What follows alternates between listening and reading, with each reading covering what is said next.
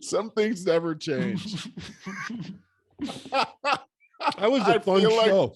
I feel like we're in our apartment in Silver Ghettos. You're like just chowing down on some food in that little kitchen we had. What memories? No kidding. Dude, when you brought that up and you talk about that little kitchen, it's like I was right there. I was right there. Me too. When I just your face right there. So many times, we laughed really hard in that place, boy. Boy, if only we had video back then. I know. Gosh, what a crazy place that we moved to. Of course, we're talking about this apartment Barry and I moved into when we were in college, and we had just moved from this crazy house with all these guys living in there. It was like Animal House. It was Animal House. And we were trying to have some sense of civil life and you get the heck out of there, because who knew? I just thought the house might catch on fire one day. It was just everybody was so irresponsible in there, and it was constant party and people coming in and out. You never knew who was in the house. There was always some group of unknown people in the house. So we found this place, and then after we found the place, we found out that the nickname of this neighborhood was Silver Meadows. Was the name of the place. But then I remember I was so happy when we found the place, and I told my friends at work, "Hey, it's we found huge. this place. Yeah, where is it? Oh, it's on Silver Meadows Boulevard." Silver Ghettos. Oh my God. And then everyone had a story of people getting carjacked and mugged and all this stuff over there. And sure enough, there was it was dicey. Quite an underlife that was over there. I remember I had a stereo system in my car about a mile away from my place. I would always turn my stereo off so that it wouldn't get stolen overnight. I didn't know that. That's really funny. Remember, we used to think that at night, like the sewer cap would pop open and all these like people would start coming out. It looked like a Michael Jackson's Thriller. Yeah, exactly. And then we had this little mini market up the street called Little Shoppers that we renamed Little Robbers. I forgot about that. Oh, it's so funny. Yeah, quite an area over there. Well, buddy, we went through like all my stuff, and that's pretty rare.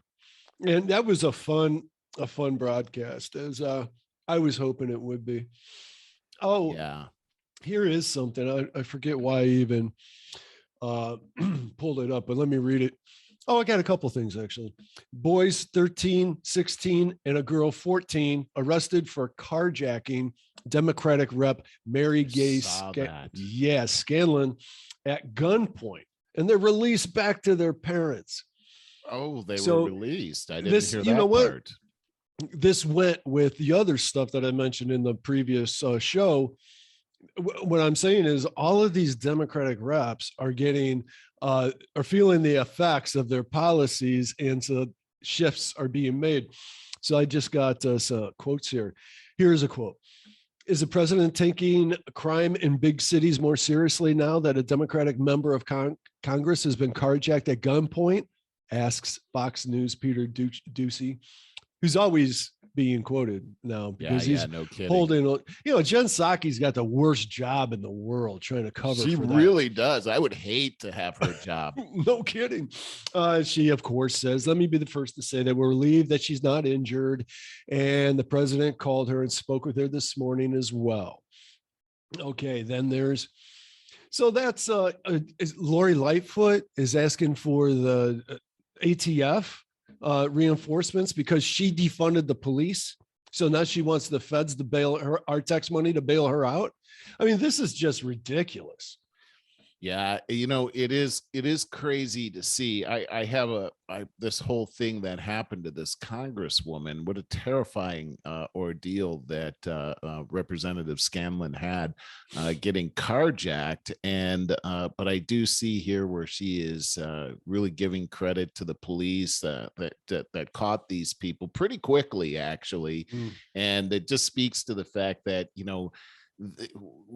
they've demonized the police so much over the past couple of years, but I don't know of anybody really. I don't know. I haven't had any conversations with any real people that really believe that live in these dangerous areas, that really believe that defunding the police is it's the people in the smart thing suburbs to do. Right. Yeah. Right.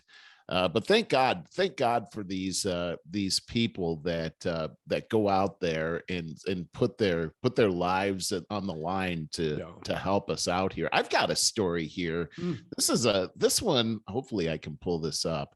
Yeah, this one is good news regarding police. The Detroit police officers spot woman acting strangely with 4 kids in a van, charge her with kidnapping. So these two Detroit police officers noticed something weird, and it doesn't really go into what they noticed, but they noticed something weird about this woman, and they end up pulling her over because they're saying it was erratic and suspicious movements and behavior that they had. So they pulled her over, and they asked her, what she was doing, and she said she was taking her 4 kids to school. And then what they still thought there was something weird, and they asked her, well, what school are you taking them to? And she couldn't answer the question. So they had her step out of the car, and they asked the oldest child in the car, do you know this woman? And it was an 11-year-old. He shook his head no. And at that point, the driver was arrested. Turned out that these 4 kids had been kidnapped. They actually had the kidnapping on video, and they said, watching the video, I don't know how they got it on video, probably some surveillance camera somewhere. Sure. The police chief was saying, watching the video of the incident, it was quick. It was disturbing how fast she was able to get the kids into the vehicle. There were some things that were troubling and alarming per the interrogation, but they can't go into the what that's going to be thing. She was going to sell them into sex slavery. Gotcha. This is terrifying what happened, but these 2 officers, thank God there are people out there that are doing their job, and they're not I can imagine being a police officer that a situation like that, you could easily find yourself in hot water, but they went out and did their job. That's what I would like to know more of, is more about how their instincts that got tripped. Because you're right, they were taking a big chance there, especially in this day and age where it's so easy to hate on them, and you're profiling me, and God only knows what the race of that woman was. That if she's anything other than white, they would have really could have had So I would like to know more about what their instincts. That's impressive. That's very impressive too. I think it is too. Oh, I got one here. I put this on here because of the inflammatory nature of this. That the Daily Mail's playing both sides of this to incite people. So Kim Potter, the woman who shot dead Dante Wright, saying she mistook her gun for the her gun for the taser. Yep. And so she is held without bail and faces up to 25 years in prison. All right, she's found guilty. All right, so that's the one side of the story. Then in another story, just down the page a little bit, they write, and this is disturbing, through court records and interviews with victims, Daily Mail exclusively report that Wright had led a life of crime and violence before his death, having been involved in the shooting of 2 of his school friends, a home burglary, and had previously assaulted and robbed a young woman at gunpoint. His death on April 11th, 2021 set off angry demonstrations for several days in the Minnesota suburb, where they're always up in arms about this stuff. Yeah. But for some reason, Wright's death was a reminder of the justice that will never get that they will never get for the pain and suffering he caused them. Quote, he's an evil human. It should use past tense. He's an evil human being, worse than a monster, a wasted space on earth, says Jennifer Daly in an exclusive interview. So now we're supposed to, what that's going to do is now we're supposed to take sides with the white woman police officer and say that this was more justified. So that's what that is. And now I don't know. I'm not part of the jury. I've not listened to any of the evidence, so I can't possibly pick a side. My point here is that it's kind of a shame that our media is playing up both sides of it to create that kind of attention.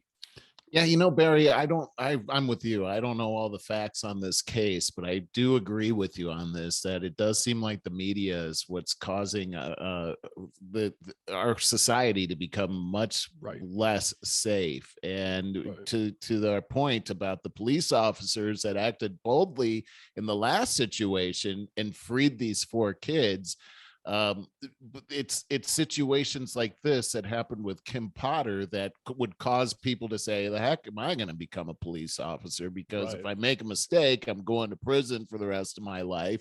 I'm going to be demonized for the rest of my life. And, the one thing that seems clear to me is that this person truly made a mistake. There is video evidence of her and just what she said when this happened, and it's all on camera. What happened? It didn't seem like that she did that on purpose. This was truly a terrible mistake. And the fact is that they went after criminal prosecution instead of civil prosecution on this. Which changes the fact where she could have been fined for this and obviously losing her job. Instead, she's looking at severe jail time. And this really, if I'm a police officer at this point, I got to think, gosh, maybe I need to find another career. And I just think that, with the shortages with police these days, these types of activities, and it's Keith Ellison is the DA in Minnesota, and he's a far left guy. He's the guy that pressed for the criminal charges. It's things like this that ruin the ability for people to make a decision to go into law or to stay into law enforcement. And I think that makes our civil society so much less safe. And so we're seeing it everywhere. There's repercussions that are long term on this kind of thing, and it's going to be interesting, I think, to see what the sentence turns out to be for this person. Well, I'd say this, at the very least, if I were a cop in Minnesota, I'd be getting out of Minnesota. Me too. And isn't it weird how Minnesota turns out to be the race capital of the country? Because the epicenter. You'd think it would be, other cities where there's, when you think of Minnesota, you don't think of Black people. It's mostly a white society there, and to have so much turmoil over race in Minnesota, and there's also this thing called Minnesota Nice, where people just, maybe, I don't know, maybe that's a euphemism or something like that. Maybe it means the opposite, but it just seems like, it should be a nice, safe place to live. Yeah. But gosh, it's everything that's happened there has just changed our country so much to the point where it's like, I don't even ever want to go there. Yeah, no, I totally agree. Too cold anyway. It's like, yeah, right. It was already had its negative, negative side, where I can remember seeing, living in Cleveland, waking up in the morning on one of those cold days, it's going to be 2 below zero. And he'd watch them. Yeah, but it's 54 below zero in Minnesota. Look how good we got it. Yeah, that's strange. The last few years have had very mild winters. We haven't had any snow really thus far this year, which is kind of surprising. You kind of want a white Christmas, but I don't really care. We're going to have a rainy Christmas, actually. Here's one for you. I don't know if I said this last week, but here's the headline. Elon Musk says Neuralink could start implanting chips in humans in 2022. Yeah, we talked about this last week. Okay. I seem to half remember that. Okay. But I think that's very interesting that people with severe spinal injuries would get the tech to help them walk again. That is great news. You know what? The miracle of technology is a serious thing, and to be trapped in your body and not be able to walk and suddenly have hope like that.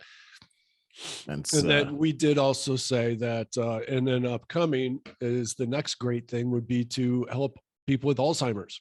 Yeah. And memory. Yeah. I know I need help with my memory. Ask Lisa. I always have, though. I mean, always, my whole life. My mother used to give me crap for, she admits it to this day, that finally she admits it.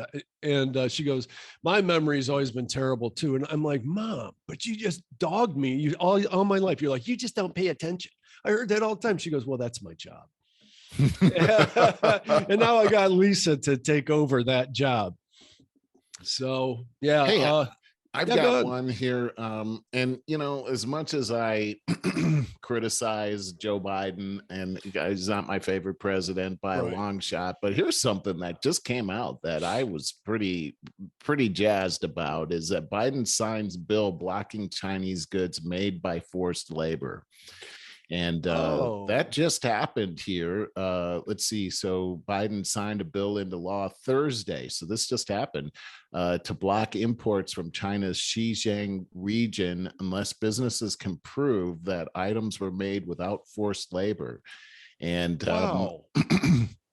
we know that Xinjiang region is where those Uyghurs are. And it says here that here's a quote from him. He says, today I signed the bipartisan Uyghur Forced Labor Prevention Act, and the United States will continue to use every tool at our disposal to ensure supply chains are free from the use of forced labor, including from Xinjiang and other parts of China.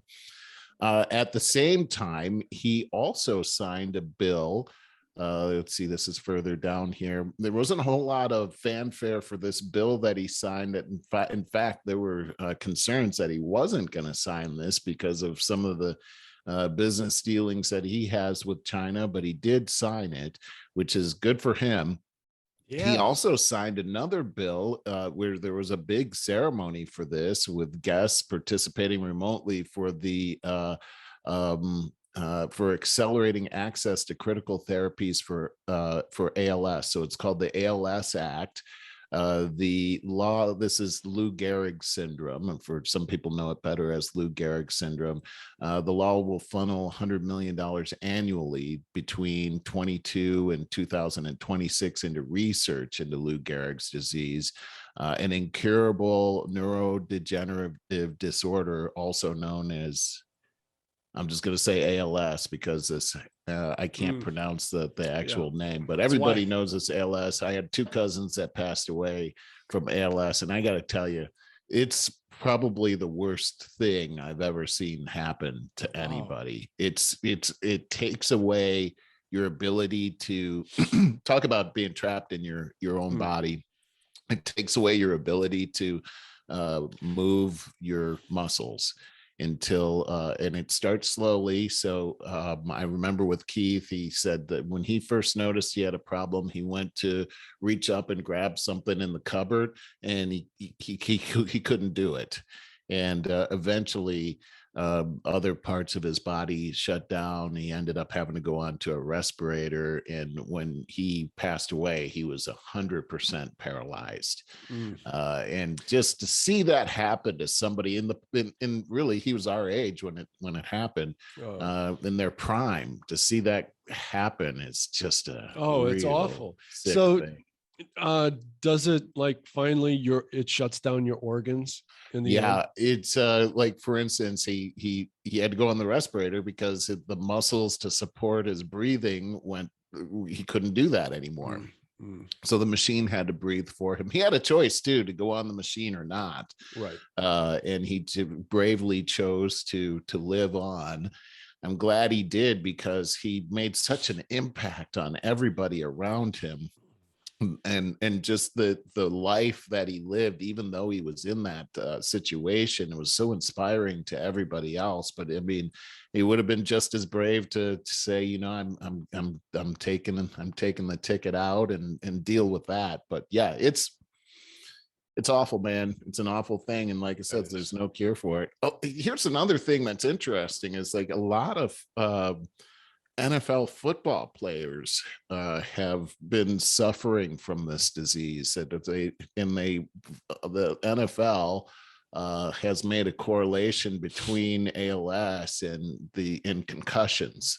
So both of my cousins makes sense played semi-pro football, and you know, both of them ended up with this. They say it's not hereditary, and but for people in the same family to have it is extremely rare, like 2% of the people. So I'm again, kudos to Joe Biden for signing off on both of those things. Well, I got to say, I hadn't heard about that, and I think that's super important. I can go the opposite route with this news story. I just pulled up the Daily Mail and quote, Biden seems confused. I'm not going to read all this because it is very vid related, but CNN anchor questions the president's cognitive health as he points out some mix-ups that he just said in a recent interview. So CNN is turning on him. Wow. Mm-hmm. That's pretty amazing. I saw an interview with him, and I thought I had a link to it in here, but I don't. Where just this week he was saying that if he's in the same health as he is today, that he'll run for a second term as president. And the interesting thing about that was, go ahead. No, I would just go. The Democratic Party has a real conundrum on their hands as far as who they're going to push out there for the next election. Yeah, I think so, because especially after everything that's happened. But you know, going back to your last story, where you know he's seemingly has these cognitive problems.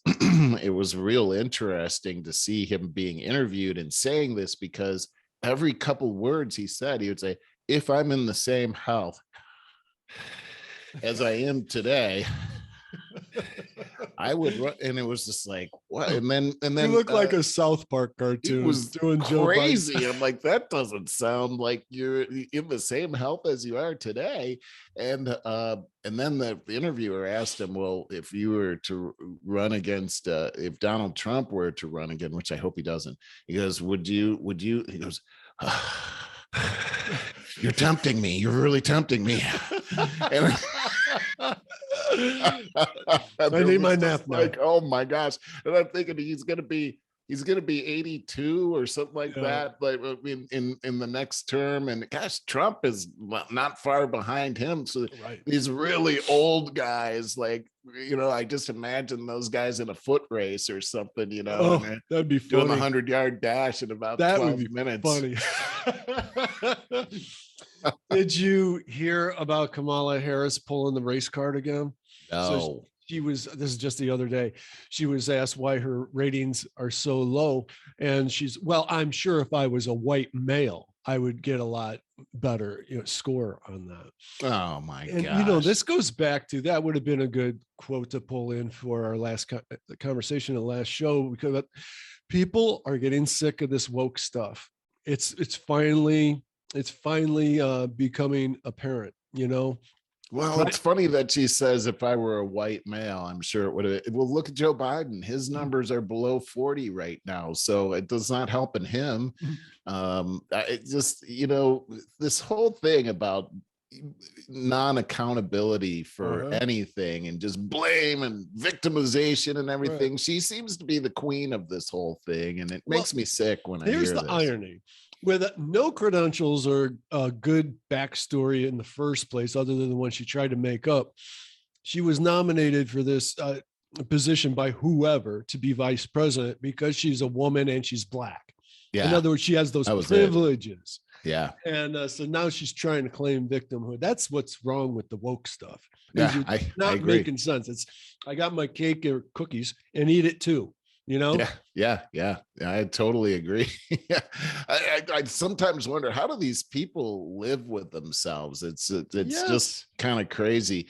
I got another one here just to kind of piggyback off of that whole thing that Joe Biden signed, that I'm giving him kudos for. As you should.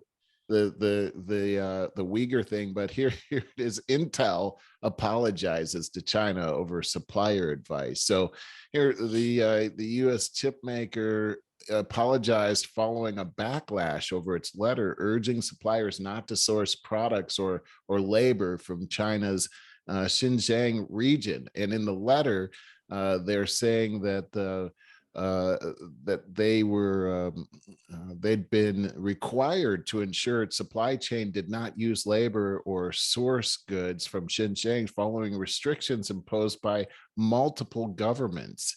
Here they're saying that we apologize for the trouble caused to our respected Chinese customers, partners, and the public. Intel is committed to becoming a trusted technology partner and accelerating joint development with China.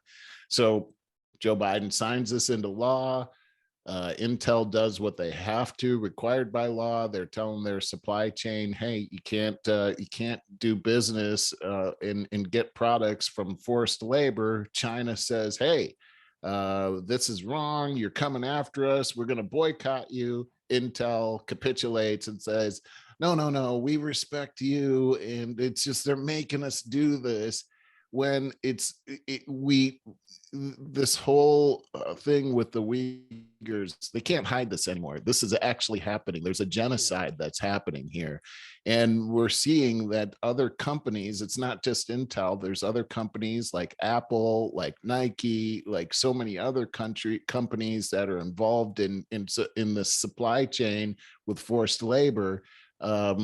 It's a terrible thing when you take a look at what the United States actually says that they stand for. Even this whole woke movement of, hey, we can't discriminate against people, I mean, say what you will about that. That's what the label is on this whole thing. And yet these companies that are so woke are doing business and working with a country that state sponsors genocide.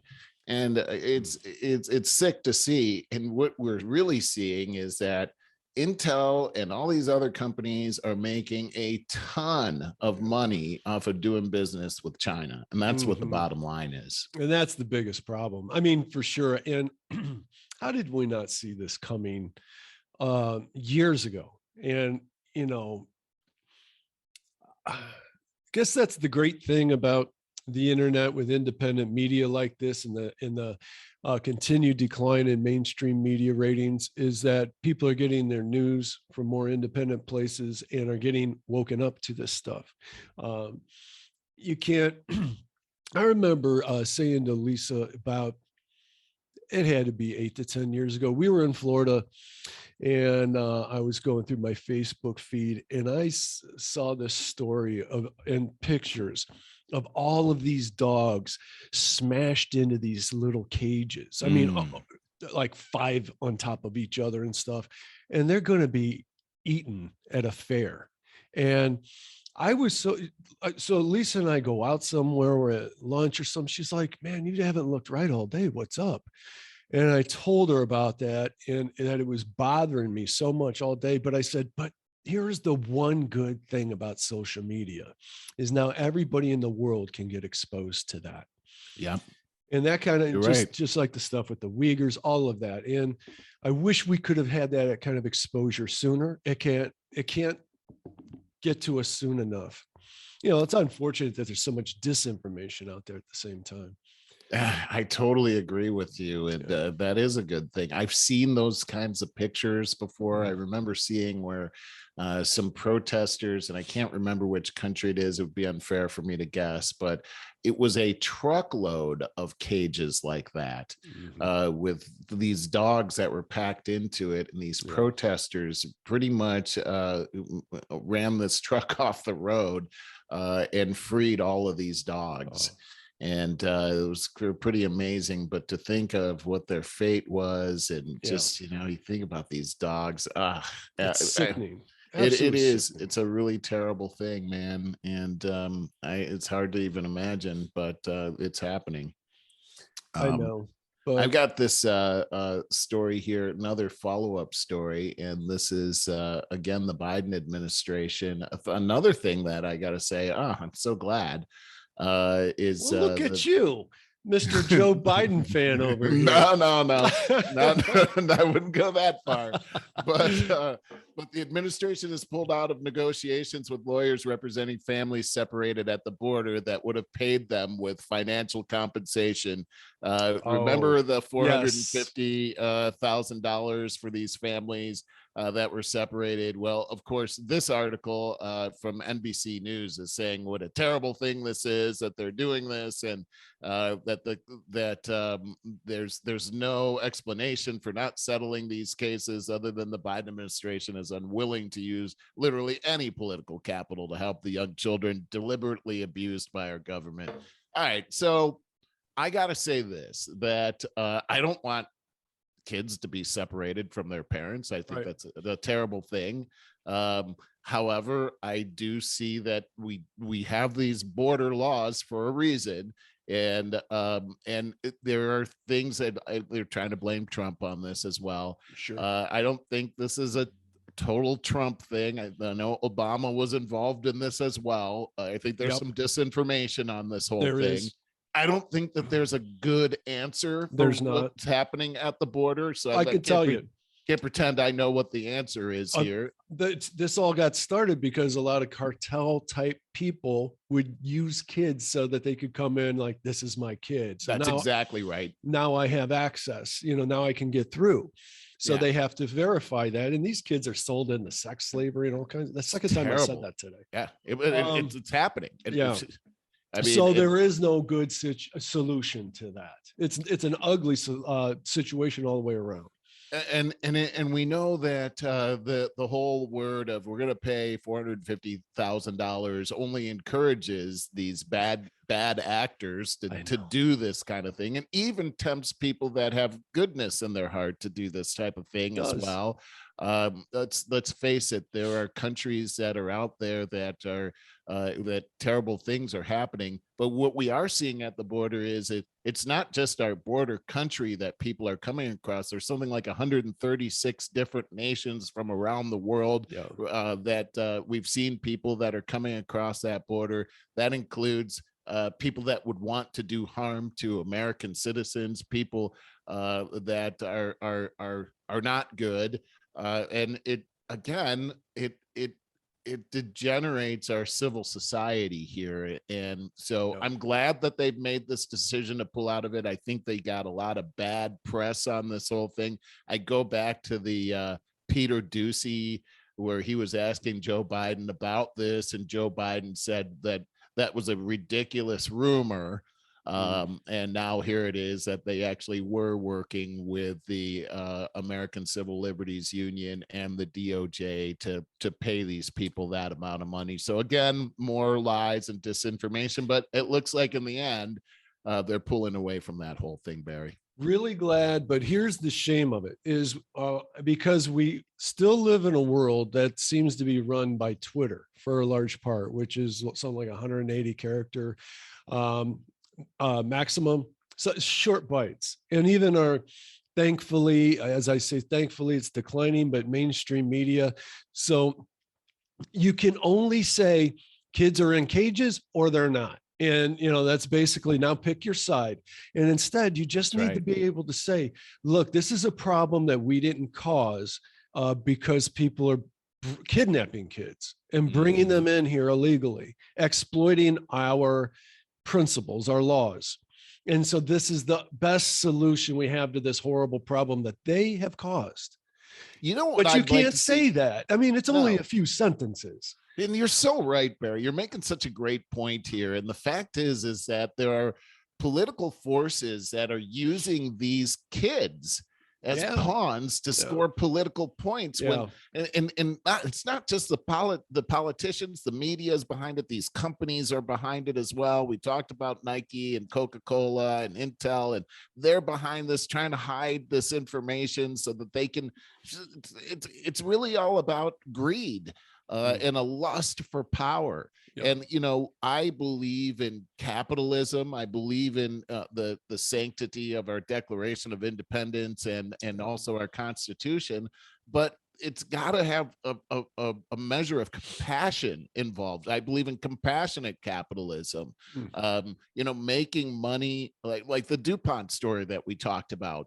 Making money at the expense of people's lives is evil, and we need to be able to call evil for what it is that there's even the milk story, that Harvey Milk story that we talked about, there's a dignity, there's a human dignity that's a major factor that should be the first factor that we're looking at when we're talking about our system here. And so, it's easy to shoot arrows at our American way of life, but you got to tell the whole story and why these things are allowed to exist. And we're creating monsters by hiding information. The thing that's happening at the border, the thing that happened with DuPont, the thing that's happening with these pharmaceutical companies, they're hiding the Chevron story with Steve Donziger. We got to be able to tell the truth here. And I think, to your point too, Barry, that, having these alternative media sources where, we can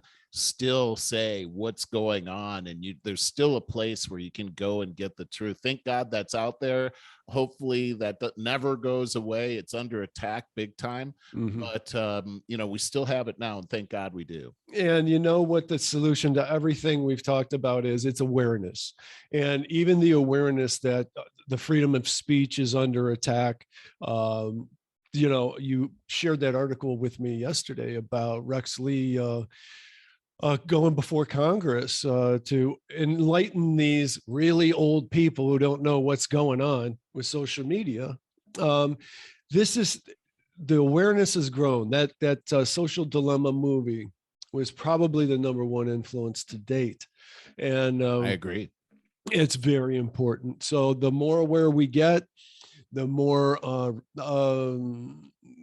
we're kind of educating our kids about the dangers of this, because it's so dangerous to them. It's so addictive, and it's so mind warping, and the bullying that goes on, not to mention, obviously, oh God, I read about, I can't quote numbers, but the majority of things posted online are created by these farms. They call them some kind of posting farms in both China and Russia, where they have fake accounts and they're just pumping out memes and all kinds of fake stuff that incite people and pit people against each other.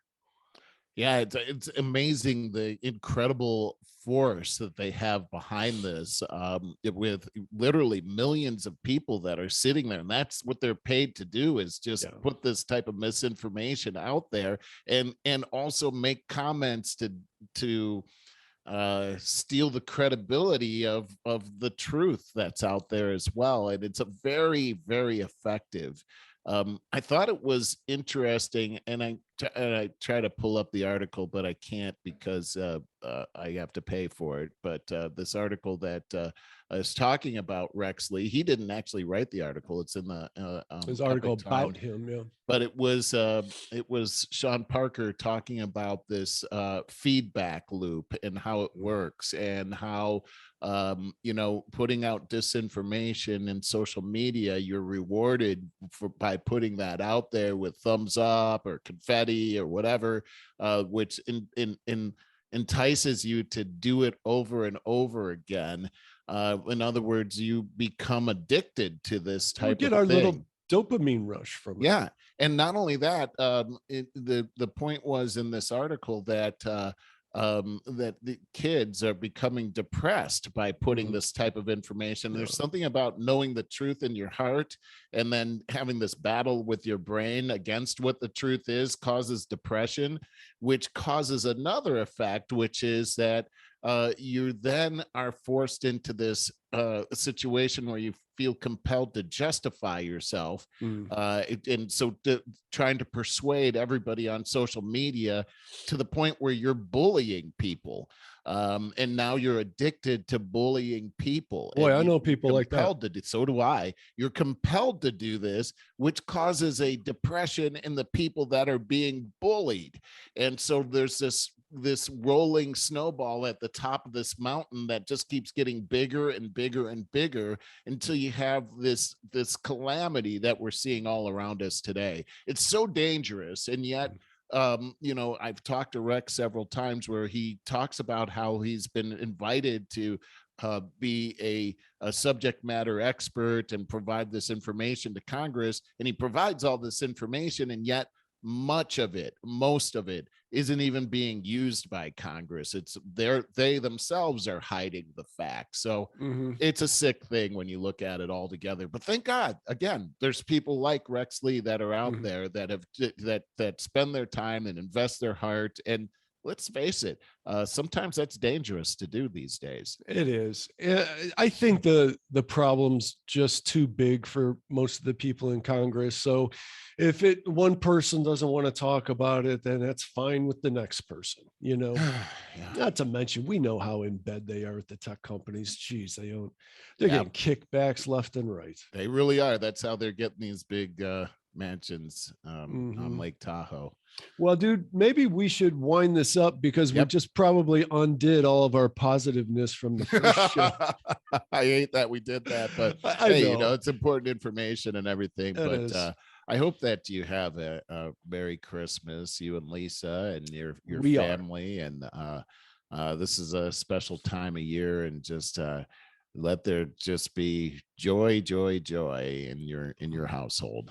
I guess I want to say this too, is with the latest strain of highly contagious stuff going around, I just want everybody to be careful. And we're all getting together. My family's getting together, but anybody that feels uncomfortable, I think, should go ahead and stay home. If you're an at-risk person, just be careful. That's all I got to say. I want everybody to be healthy and happy, but I also want you to enjoy your families and the love of Christmas. All right, Merle, with that, talk to you next week or hopefully sooner. Yeah. Merry Christmas. Love you, man. You too, bud. Love you too.